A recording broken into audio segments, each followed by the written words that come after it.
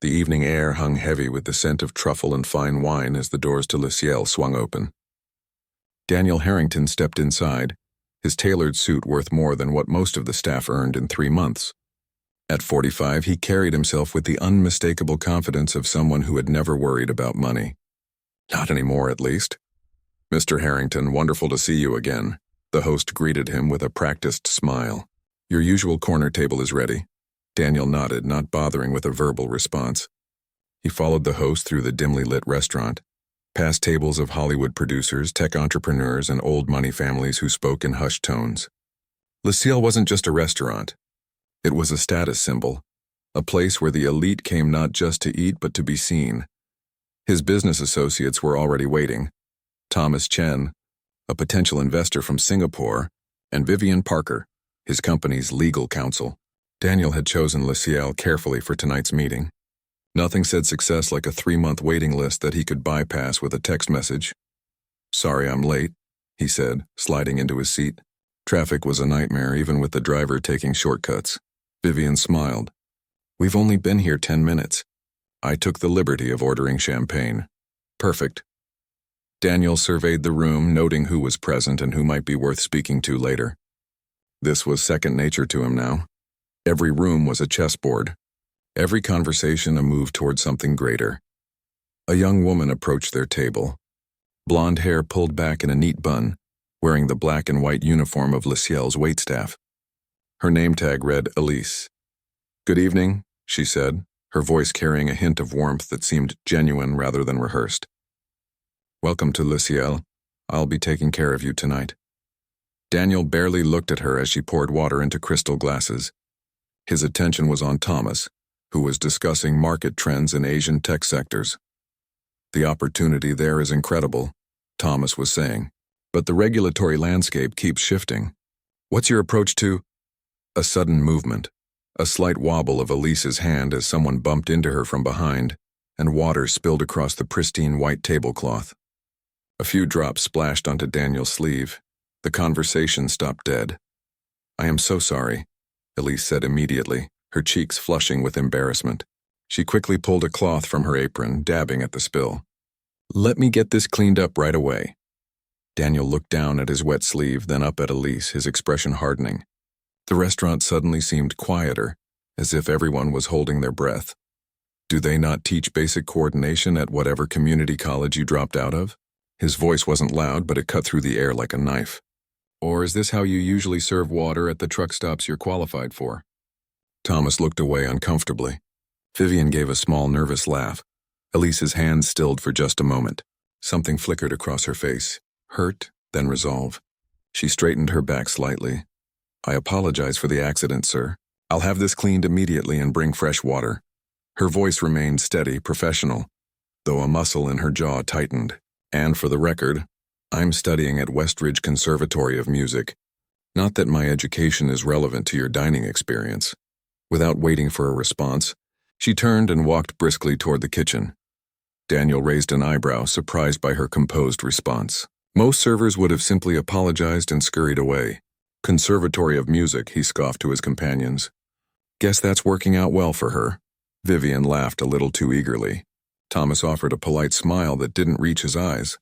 "Anyway," Daniel continued, smoothly returning to business as a busboy appeared to change the tablecloth, "about the Asian markets." In the kitchen, Elise leaned against the wall, taking a deep breath. Her hands were shaking slightly, not from fear but from the effort of restraining herself. "Hey, you okay?" Jorge, one of the line cooks, asked as he worked on plating a delicate arrangement of scallops. "Table 12, she said simply. The staff knew what that meant. Daniel Harrington was infamous among them, generous with his tips but equally generous with his criticism. What did he do this time? Jorge frowned. "Just the usual. Made sure I know how far beneath him I am." Elise straightened her uniform. 2 more hours, then I can go home, practice, and forget about people like him." Jorge nodded sympathetically. "Don't let him get to you. Guys like that, they've forgotten what it's like to be normal." Elise smiled, grateful for the support. "Thanks, I need to get back out there." She grabbed a fresh pitcher of water and composed herself. 6 more months of saving, that's all she needed. 6 months of double shifts, rude customers, and tired feet before she could focus entirely on her final year at the conservatory. Back at the table, the conversation had moved on to investment figures and market projections. Daniel was in his element now, confidently outlining his company's growth strategy, occasionally dropping names of famous tech giants he'd collaborated with. This was the language he spoke fluently. Numbers, strategies, opportunities. When Elise returned with fresh water, she poured it perfectly, her movements precise and confident. Daniel didn't acknowledge her. She was simply part of the restaurant's machinery now, invisible unless she made another mistake. "We'll have the truffle-tasting menu," Daniel told her without looking up from his phone. "And bring the 2015 Bordeaux from the reserve list." "Excellent choice, sir. I'll put that order in right away." Elise's professional mask was firmly in place, her voice pleasant but emotionally distant. As she walked away, Vivian leaned forward. "You know, I always wonder about people like that," she said quietly. "Like what?" Daniel asked, still scrolling through emails. "People who work in places they could never afford to eat in. Must be strange serving food you've never tasted, pouring wine you could never buy." Daniel shrugged. "That's just how the world works. Not everyone can be successful." He said it matter-of-factly, as if stating that water is wet or the sky is blue. Thomas, who had been quiet, finally spoke up. "My mother was a waitress for 20 years. His voice was casual, but there was an undercurrent of something firm in it. "She worked in places like this to put me through school. Smartest, most hardworking person I've ever known." An uncomfortable silence fell over the table. Daniel looked up from his phone, reading the shift in the room. He was skilled at that, sensing when the atmosphere changed when he needed to adjust. "Of course," he said smoothly. "There are always exceptions. I was referring to the general pattern." He raised his water glass. "To your mother, and her excellent investment in your education." Thomas nodded, accepting the save, and the moment passed. But Daniel made a mental note. Thomas Chen valued hard work and humble beginnings. That could be useful information for their negotiations. The evening progressed with exquisite food arriving in carefully timed courses. Elise moved efficiently, appearing exactly when needed, her service flawless. If Daniel's comment had bothered her, she showed no sign of it now. As they finished their main course, Daniel noticed something. Whenever Elise wasn't directly serving them, her eyes occasionally drifted to the grand piano in the corner of the restaurant. It sat empty tonight, though usually a pianist played during dinner hours. There was something in her gaze when she looked at it, a mixture of longing and familiarity that seemed out of place on a waitress. "Mr. Harrington," Elise's voice pulled him back to the table. "Would you care to see the dessert menu, or would you prefer coffee?" "Both," he replied. As she turned to leave, he added, "The piano. Is there normally someone playing it?" Elise paused, surprised by the personal question. "Yes, sir. Mr. Reed plays Wednesday through Sunday. He's ill tonight. You seem interested in it," Daniel observed. A small, genuine smile appeared briefly on her face. "I am. It's a Steinway Model B, beautiful instrument." Before Daniel could respond, she was gone again, moving between tables with practiced ease. "I think we have the foundations of a deal," Thomas said, bringing Daniel's attention back to business. "Your technology is impressive and your market analysis is sound. But I'd like to discuss the valuation further before we commit." Daniel nodded, pleased. The evening was going exactly as planned. "Of course. I'm confident we can find terms that work for both of us." As they discussed numbers, Daniel found himself occasionally tracking Elise's movements around the restaurant. There was something about her, a dignity that his comment hadn't dented, a focus that seemed unusual. Most people in service positions blended into the background for him, but she had somehow become distinct. When she brought their desserts and coffee, he noticed her hands, long fingers, strong but elegant.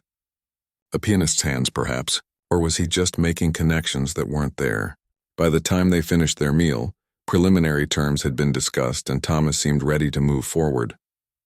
Daniel paid the bill, over $2,000 for dinner for three, and added a generous tip as he always did. Not out of appreciation, but because it was expected of someone in his position. As they stood to leave, Daniel found himself looking for Elise, but she had disappeared into the kitchen. He felt a strange urge to say something to her, though he wasn't sure what. An apology? No, that wasn't his style. People like him didn't apologize to people like her. That wasn't how the world worked. Shall we? Vivian asked, gathering her designer handbag. Daniel nodded, pushing the waitress from his mind. He had a potential multi-million-dollar deal in the works. That's what mattered. Not some random server with an interest in pianos and an education she would probably never use.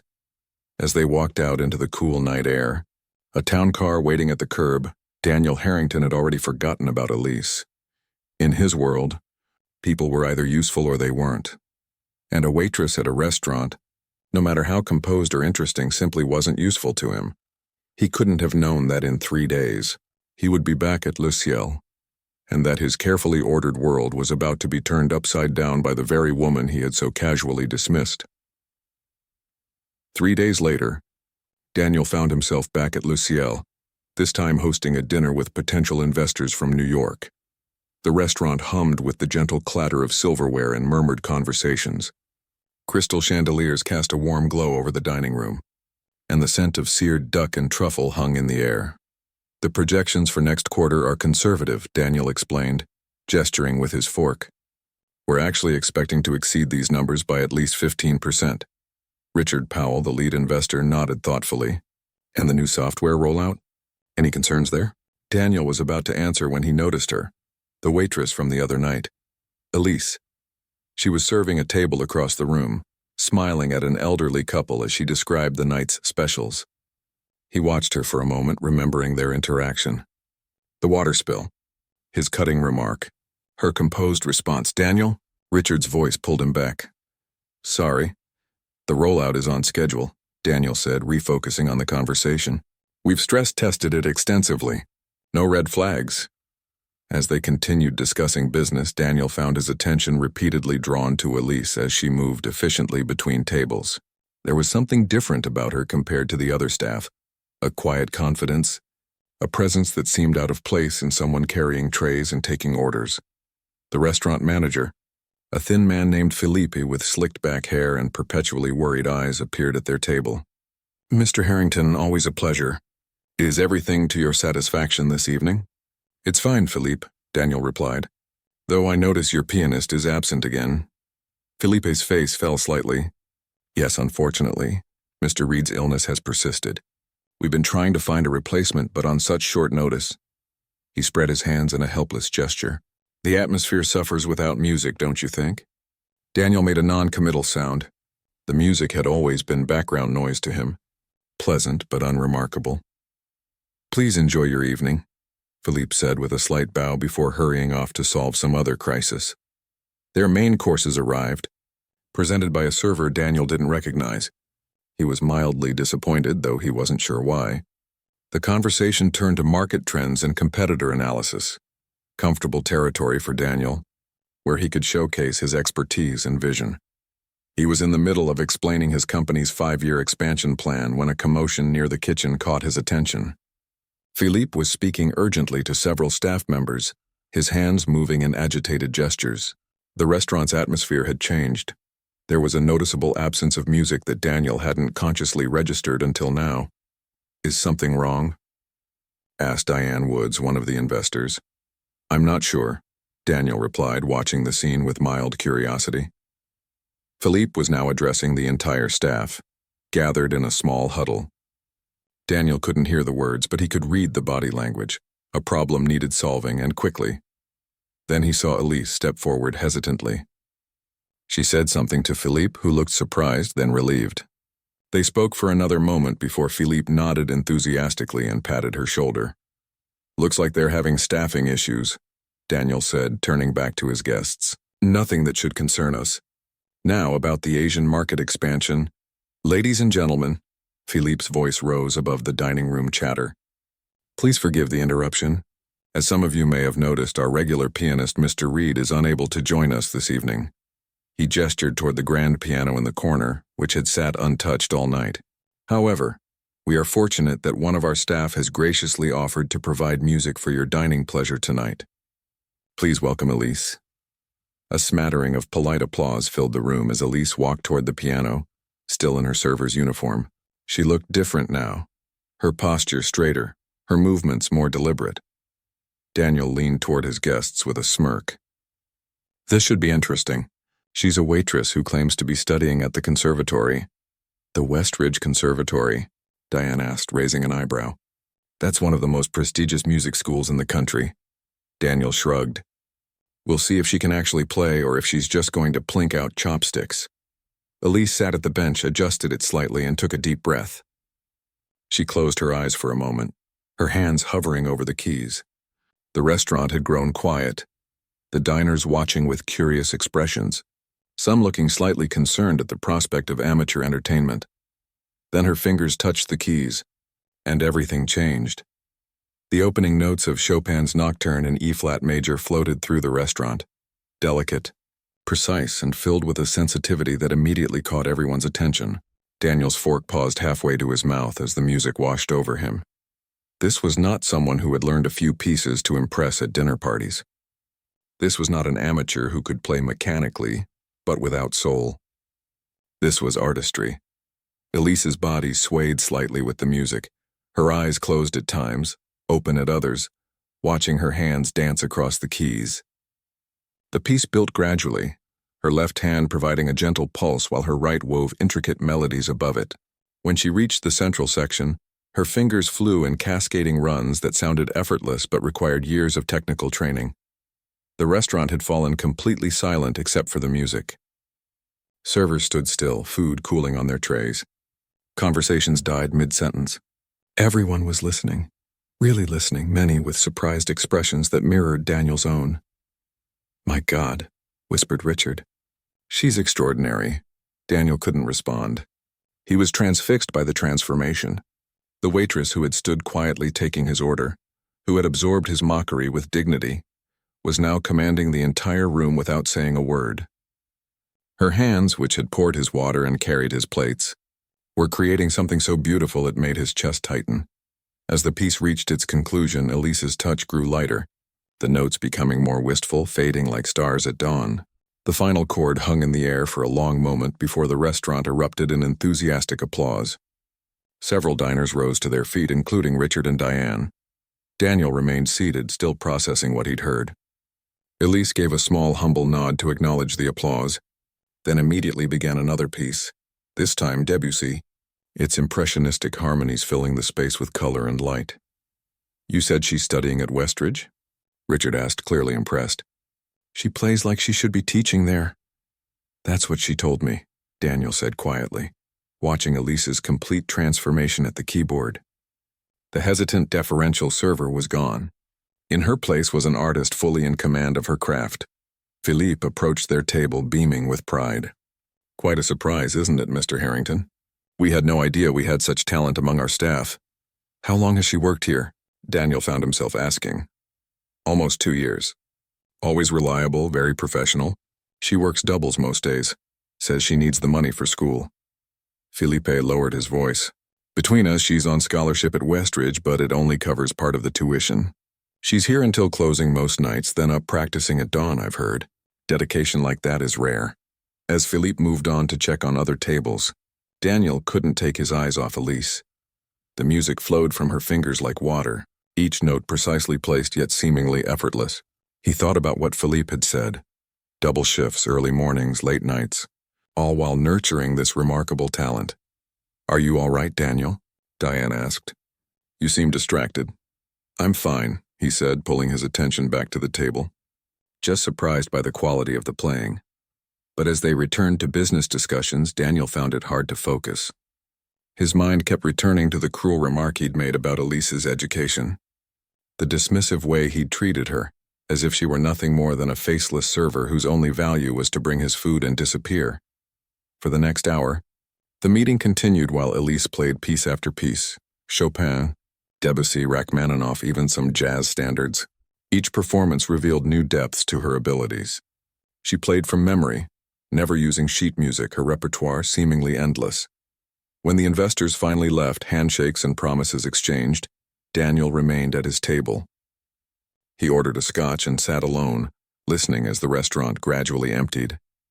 Elise continued playing, shifting to softer, more contemplative pieces as the night grew late. Philippe stopped by his table. Will there be anything else, Mr. Harrington? We'll be closing soon. Just the check, Daniel replied. And, tell me more about her. Philippe glanced toward the piano. Elise? She's quite private, actually. I know she's in her final year at Westridge. One of the youngest in her class, I believe. Her professors think she has a future in concert performance, though that path is incredibly difficult. Financially difficult? Daniel asked. Among other things. Competitions, connections, the right teachers, travel expenses. Philippe sighed. The music world is not kind to those without means. Mr. Harrington, talent isn't always enough. Daniel nodded slowly, watching as Elise began what would be her final piece of the evening, something gentle and introspective that he didn't recognize. The bill, sir, Philippe said, placing a leather folder on the table. Daniel barely glanced at the total before placing his credit card inside. His mind was elsewhere, turning over a new and uncomfortable thought. How many other Elises were there in the world? How many people of extraordinary talent went unnoticed because they were serving food, cleaning floors, or driving cars for people like him? As he signed the receipt, adding a tip larger than usual, he made a decision. He would come back tomorrow night, and the night after that. He needed to hear her play again. When he finally left the restaurant, the night air cool against his face, Daniel Harrington felt something he hadn't experienced in years, the disorienting sensation of having his worldview challenged. The waitress he had mocked was, in fact, an artist of exceptional ability, and somehow that simple fact had thrown everything he thought he knew into question. Over the next 2 weeks, Daniel found himself drawn back to Le Ciel with increasing frequency. He requested tables near the piano whenever possible, often arriving alone with his laptop, pretending to work while actually listening to Elise play. The restaurant staff began to notice his sudden devotion to their establishment, exchanging knowing glances whenever he walked through the door. Tonight, he sat at a small table against the wall, picking at his barely touched salmon as Elise played a Beethoven sonata. Her regular pianist, Mr. Reed, had returned briefly but then retired due to arthritis, leaving Elise to fill in regularly while still performing her waitressing duties during the day. It was Philippe who'd suggested the arrangement, recognizing both her talent and the positive response from diners. More wine, sir. A server approached Daniel's table. No. Thank you, Daniel replied, not taking his eyes off Elise. Her hair was pulled back in its usual practical style, but tonight she'd exchanged her server's uniform for a simple black dress, still modest but more fitting for a pianist. Her fingers moved with confidence across the keys, finding emotion in notes that had been played by countless musicians before her, yet somehow when Elise played them they sounded new. Daniel had attended classical performances at the Symphony Hall for years, always in the best seats, of course, but he'd never really listened. Music had been background noise, a cultural checkbox to tick, something to discuss at dinner parties. But watching Elise play night after night had awakened something in him. He found himself holding his breath during certain passages, feeling a tightness in his chest when she hit a particularly moving section. As she finished the sonata, the restaurant broke into applause. Elise gave her usual modest nod of acknowledgement. She never spoke during her performances, never introduced pieces or engaged with the audience. She simply played, then quietly moved to the next selection. Daniel noticed Philippe speaking to her during a brief pause. She nodded, then turned to the keyboard again. This time she began something modern, a film score Daniel recognized but couldn't name. The piece started gently, building slowly with repeating patterns that grew increasingly complex. 2 elderly women at a nearby table dabbed at their eyes. A young couple held hands across their table, listening intently. A businessman who had been checking his phone continuously throughout dinner finally set it down and looked up, captured by the music. It wasn't just her technical skill, Daniel realized. It was her ability to make people feel something. In a world where everyone was constantly distracted, Elise could command attention without demanding it, could speak volumes without saying a word. Beautiful, isn't it? Philippe had appeared beside Daniel's table. Extraordinary, Daniel agreed. Has she always been this good? Philippe smiled. She's improved even in the weeks she's been playing here. More confidence, I think. Though between us, he lowered his voice, or she's exhausted. Waitressing during lunch, classes in the afternoon, then playing here until closing. I worry about her. Can't you hire her just to play? Daniel asked. Philippe sighed. I wish. The owner won't approve a full salary for a pianist. Says recorded music would be cheaper. I've arranged a small stipend for her playing, but it's not enough to replace her serving wages. He straightened as another customer waved him over. Excuse me, Mr. Harrington. Daniel sat back, considering this new information as Elise transitioned to another piece. The economics of it bothered him. Here was someone with rare talent, working herself to exhaustion because the world didn't value what she could offer. It seemed inefficient, a poor allocation of resources. That was how his business mind framed it anyway. When her set ended and Elise took a short break, Daniel watched her disappear into the back of the restaurant. On impulse, he stood and followed, catching up to her in a quiet hallway near the kitchen. Excuse me, Elise? She turned, surprise registering on her face when she recognized him. Mr. Harrington, can I help you with something? Now that he had her attention, Daniel wasn't sure what to say. Your playing is remarkable. Thank you. Her response was polite but guarded. An awkward silence stretched between them. Daniel, a man accustomed to commanding rooms and closing million-dollar deals with ease, found himself struggling for words. I've been coming here often lately, he finally said. I've noticed. There was a hint of amusement in her voice. I wanted to apologize, he said abruptly, for what I said to you that night. About your education. It was uncalled for. Elise's expression softened slightly, surprise evident in her eyes. Thank you. I appreciate that. Where did you learn to play like that? The question came out more demanding than he'd intended. If she was offended by his tone, she didn't show it. I started when I was 6. My grandmother was a piano teacher. We couldn't afford a decent instrument, so she would take me to the church to practice on their piano. A small smile touched her lips at the memory. When she died, I almost gave it up. But by then, it was too much a part of me. Daniel nodded, trying to imagine a young Elise determined to play despite the obstacles. It was outside his experience. Everything in his life had been earned, yes, but the path had been clear.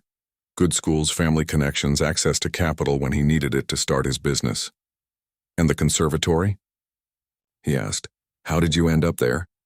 Full audition process. I prepared for months. When they offered me a partial scholarship, I thought I'd made it. She laughed softly, but there was no bitterness in it. Then reality hit. Even with the scholarship, the tuition was enormous. So here I am. She gestured to the restaurant around them. Before Daniel could respond, a cook called from the kitchen. Elise, you're up again in 2 minutes.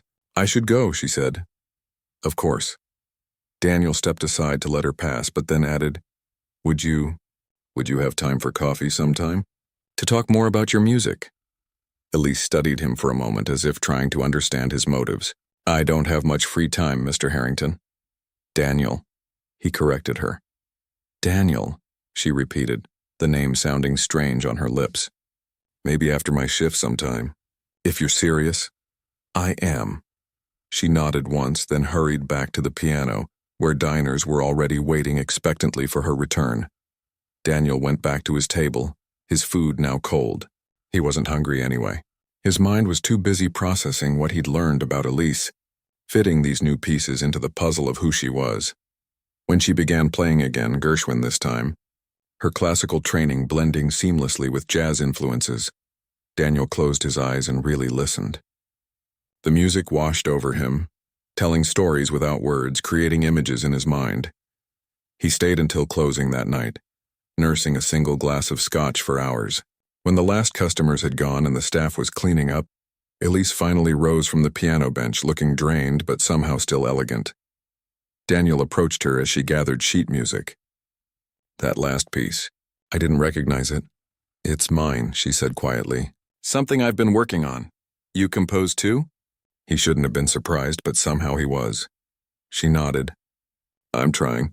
It's part of my final project at school, an original composition. It's beautiful. Thank you.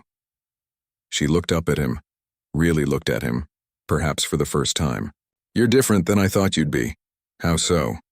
You listen. Really listen. Most people don't. Daniel felt an unexpected warmth at her words. I'm learning to, he admitted. Philippe appeared, keys jingling in his hand. We're locking up, Elise, Mr. Harrington. I can give you a ride, Daniel offered impulsively. My driver's waiting outside. Elise hesitated. clearly torn between practical considerations. It was late. Public transportation would be sparse, and the natural caution of a young woman being offered a ride by a man she barely knew. Philippe can walk me out, she decided. But thank you. Daniel nodded, respecting her decision. Another time, perhaps. As he walked to his waiting car, the night air cool against his face, Daniel realized something had shifted within him.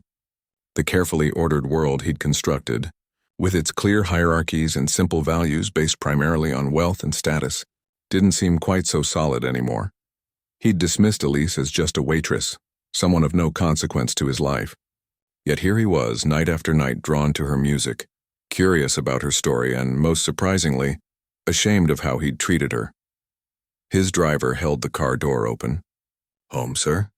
Daniel slid into the plush leather-back seat. The comfort he took for granted a stark contrast to Elise's world of double shifts and financial struggle. "Yes, home," he replied, his mind still at the piano, still with her. As the car pulled away from the curb, Daniel made a decision. Tomorrow he would make some calls. It wasn't charity, he hated that word. It was an investment. The world needed Elise's music whether it knew it or not, and Daniel Harrington had suddenly, unexpectedly discovered that he wanted to be part of making that happen.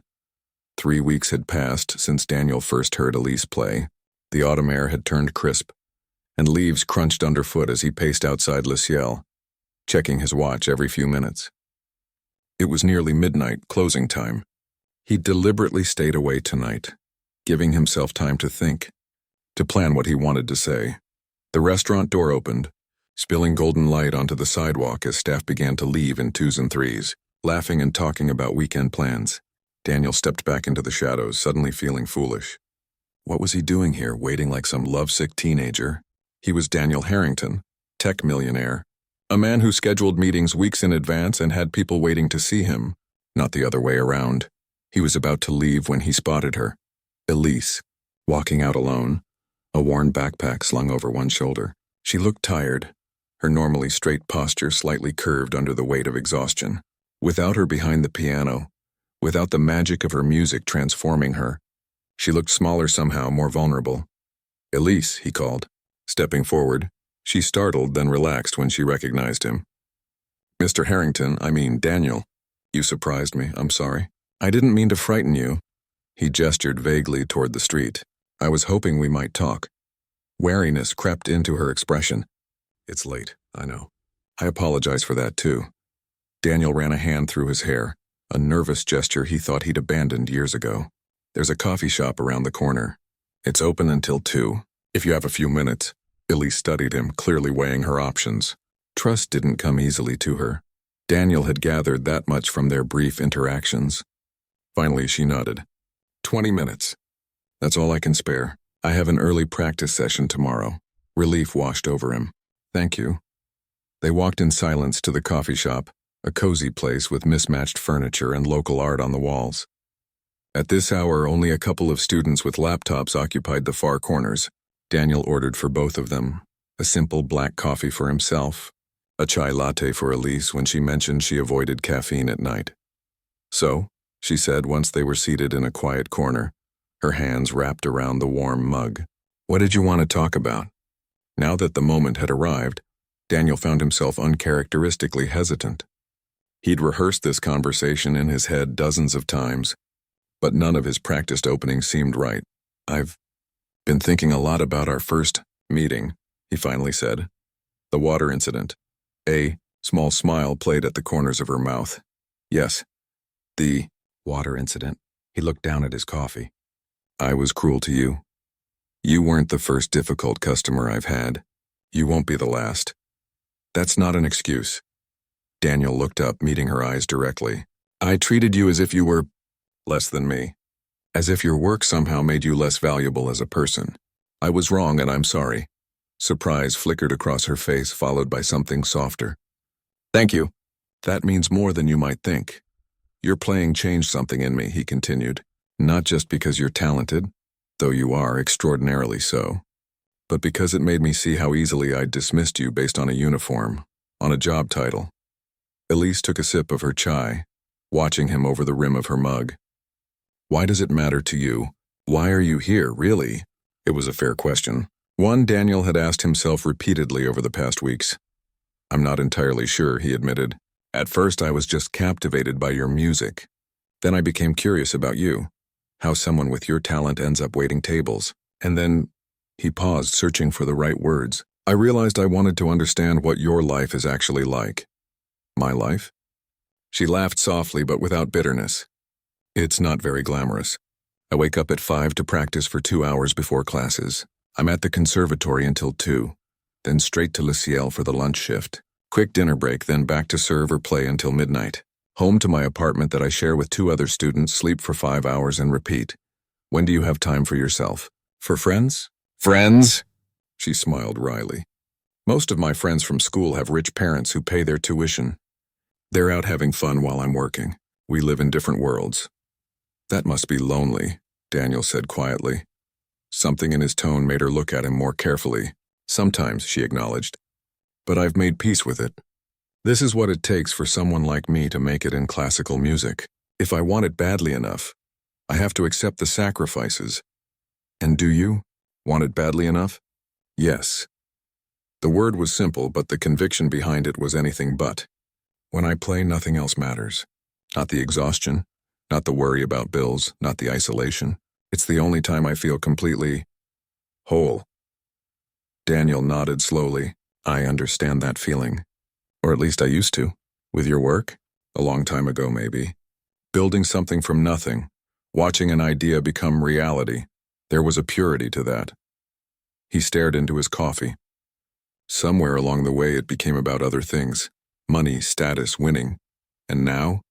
Now I have more money than I could spend in several lifetimes, but I can't remember the last time I felt what you described. That sense of wholeness. The vulnerability in his admission surprised them both. An uncomfortable silence settled between them, broken only by the quiet hiss of the espresso machine behind the counter. Why are you telling me this? Elise finally asked. Daniel looked up, his expression unusually open. I don't know. I don't usually talk like this to anyone, not even friends, family. My friends are mostly business associates. My parents died years ago. My sister lives in Europe. We talk a few times a year. He gave a small, self-deprecating laugh. I'm painting quite the pathetic picture, aren't I? Not pathetic, Elise said gently. Just human. Human. The word struck Daniel with unexpected force. When was the last time someone had seen him as simply human, rather than as a successful businessman, a wealthy investor, a potential partner or threat? Tell me about your family, he said, eager to shift the focus away from himself. Elise glanced at her watch but seemed to decide she could stay a little longer. My dad left when I was small. My mom worked 2 jobs to support us. She didn't understand my music, but she supported it anyway. Found free community programs, talked a local teacher into giving me reduced-rate lessons. She died my first year at Westridge. I'm sorry, Daniel said, meaning it. Cancer. Elise shrugged slightly, the gesture an attempt to minimize old pain. The medical bills took everything she had saved. That's when I started working at Le Ciel. The scholarship covers tuition but not living expenses, books, competition fees. It seems unfair, Daniel said, that someone with your talent has to struggle so much while others, like the customers at Le Ciel. Elise finished for him, a hint of challenge in her voice. Yes, like me, he acknowledged. Elise considered him for a moment. Life isn't fair. That's not news to me, Daniel. I learned that lesson early. The question is what you do with the hand you're dealt. And what have you done with yours? The best I can. She said it simply, without self-pity or pride. I play, I work. I keep going. Daniel felt a surge of admiration for her resilience, her clear-eyed acceptance of reality paired with an unwillingness to be defeated by it. It was so different from the entitled attitudes he encountered daily in his world, where minor inconveniences were treated as major injustices. Your composition, he said, remembering the piece she'd played that night. The one you're working on for school. What's it about? Her face lit up at the question, exhaustion momentarily forgotten. It's about transformation, how we carry our past with us even as we become something new. She hesitated, then added, it was inspired by my mother, actually. How her struggles shaped me became part of my music. Will you play it for me sometime? The finished version? It might be a while. Between work and classes, I haven't had much time to complete it. Daniel nodded, understanding now in a way he hadn't before. Time was a luxury Elise couldn't afford. While he delegated tasks and scheduled his day for maximum efficiency, she was caught in a relentless cycle of work and study that left little room for her actual passion, composition, and performance. The barista called out that they were closing in 15 minutes. Elise glanced at her watch and sighed. I should go. 5 a.m. comes quickly. As they gathered their things and stepped back into the night, Daniel felt a strange reluctance to end their conversation. Can I call you a car? Or walk you home? I'm fine on the subway. I do it every night, she said with a small smile. But thank you. For what? For apologizing. For listening. For asking about my music and actually caring about the answer. She pulled her jacket tighter against the autumn chill. Most people at Le Ciel treat me as either invisible or as background entertainment. You're the first person who's asked about the composition. Daniel felt a pang of shame, remembering how he'd once been exactly the type of customer she was describing. Thank you for giving me 20 minutes. It turned into more like 45, so it did. She extended her hand formally and he took it. Her pianist's fingers were strong, her grip firm. Good night, Daniel. Good night, Elise. He watched her walk toward the subway entrance, her figure growing smaller until she disappeared down the stairs. Only then did he turn away, signaling his driver who had been waiting discreetly down the block. As the luxury car glided through the quiet streets toward his penthouse, Daniel stared out the window, seeing not the city lights but Elise's face as she spoke about her music, her family, her struggles. For the first time in years, he'd had a conversation that wasn't about business strategy, or investment opportunities or networking. Just two people talking, connecting across the vast gulf of their different lives. He'd gone to her tonight intending only to apologize, to clear his conscience. He hadn't expected to find himself opening up, sharing feelings he usually kept buried. He hadn't expected to find so much strength in someone who by society's measure had so little. As his driver pulled up to his building, Daniel made a decision. He wouldn't offer Elise money. She had too much pride for that. But perhaps there was another way to help, one that respected her dignity while giving her the time she so desperately needed for her music. Tomorrow, he would make a call to the owner of Le Ciel, not as a customer, but as a potential investor. The spring air felt fresh and full of promise as Daniel stepped into the Westridge Conservatory's gleaming concert hall. He checked his ticket once more. Front row, seat 7, the annual graduate showcase. After months of preparation, tonight was Elise's moment. He wasn't alone. Several staff members from Le Ciel had arrived early, dressed in their Sunday best, buzzing with excitement. They waved when they spotted him, no longer surprised to see the millionaire who'd once been just another demanding customer. These days they knew him as Elise's friend. Nervous? Philippe asked, sliding into the seat beside Daniel. More than she is, probably, Daniel admitted. 6 months had transformed everything. After their late-night conversation at the coffee shop, Daniel had made a single phone call to Robert Chen, Le Ciel's owner. A generous donation to establish an artist-in-residence program at the restaurant had created a position perfectly suited to Elise's talents and schedule, one that paid a real salary with benefits, and required her to play piano 5 evenings a week without waitressing duties. Daniel had insisted his involvement remain anonymous. He didn't want gratitude or recognition. He simply wanted to hear what Elise might create, if given the time and space to focus on her music. What had begun as curiosity had become something more, genuine respect for her talent and determination. The program says her piece is called Echoes of Morning, Aunt Philippe noted, scanning the elegant brochure. Have you heard it? Daniel shook his head. She's been very secretive about it. Said she wanted everyone to hear it for the first time tonight. The lights dimmed gradually. A hush fell over the audience as the dean of the music department stepped onto the stage to welcome everyone to the showcase. 5 students would perform tonight, each demonstrating mastery of their instrument through both classical repertoire and original compositions. Daniel barely registered the first 3 performances, a violinist, a cellist, and a flutist, though he applauded politely after each. His thoughts kept returning to the night he'd first heard Elise play, how the restaurant had fallen silent, how something had shifted inside him. Finally, the announcer's voice broke through his thoughts. Our next performer has been described by her professors as having remarkable emotional depth coupled with technical precision. Please welcome Elise Bennett. The audience applauded as Elise walked onto the stage in a simple dark blue dress. Gone was the server's uniform, the practical bun, the careful mask of deference she'd worn at Luciel. This Elise moved with quiet confidence, acknowledging the audience with a small nod before taking her seat at the gleaming grand piano. For a moment, she sat perfectly still, hands resting lightly in her lap. Then, with a deep breath, she began to play. The opening notes were gentle, questioning, like first light breaking over the horizon. Daniel closed his eyes, letting the music wash over him. He'd heard Elise play countless pieces over the months, from Bach to Gershwin, but this was different. This was entirely hers. The composition built slowly, growing more complex as delicate melodies in her right hand were supported by rich harmonies in her left. There was something familiar in it, echoes of the classical training she'd mastered. But the voice was uniquely her own, blending influences while creating something new. Daniel opened his eyes to watch her. Elise's face reflected complete absorption, joy mingling with intense focus.